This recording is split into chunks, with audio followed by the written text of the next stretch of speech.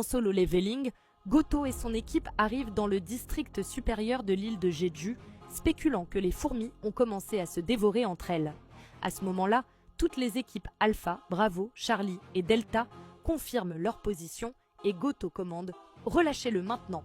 Tous libèrent alors leur énergie magique, provoquant les fourmis qui surgissent du volcan et attaquent à la fois les chasseurs et l'hélicoptère de l'équipe coréenne.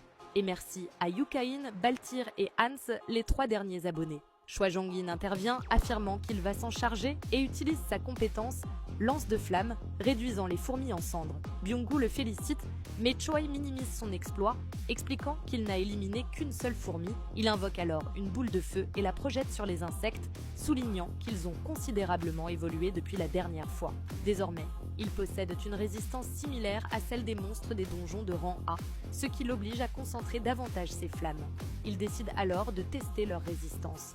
Descendant au sol en surfant sur ses flammes, il carbonise toutes les fourmis alentour. Le rank S commente que cela faisait longtemps qu'il n'avait pas joué avec des fourmis, racontant que dans son enfance, il s'amusait à les brûler avec un briquet, écoutant le bruit de leur corps qui éclatait. Aujourd'hui, il n'entend plus que de puissantes explosions. Il annonce aux autres chasseurs que la voie est libre, mais Ma Dong-wook prévient que cette mission pourrait finir comme les 3 précédentes, sans possibilité de fuite cette fois-ci. On découvre alors que les chasseurs japonais ne pourront retenir l'attention des fourmis qu'1 heure au maximum.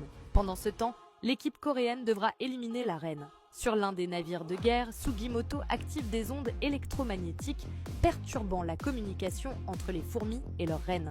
Pendant ce temps, l'équipe Bravo élimine plusieurs fourmis. Kanae réprimande Kumamoto, lui demandant d'arrêter d'agir de manière si paniquée au risque de se faire tuer. Du côté de l'équipe Charlie, Akari remarque qu'à ce rythme, il pourrait éliminer toutes les fourmis avant même que les chasseurs coréens ne tuent la reine des fourmis. Sumi se demande où est Kenzo, révélant qu'il s'amuse à arracher les ailes des fourmis volantes. Après avoir gelé quelques insectes, Kei de l'équipe Delta questionne les explosions lumineuses près de l'entrée du tunnel des fourmis. Ipei suppose qu'il s'agit probablement de Choi Jong-in et ainsi le raid continue. Abonne-toi pour la suite.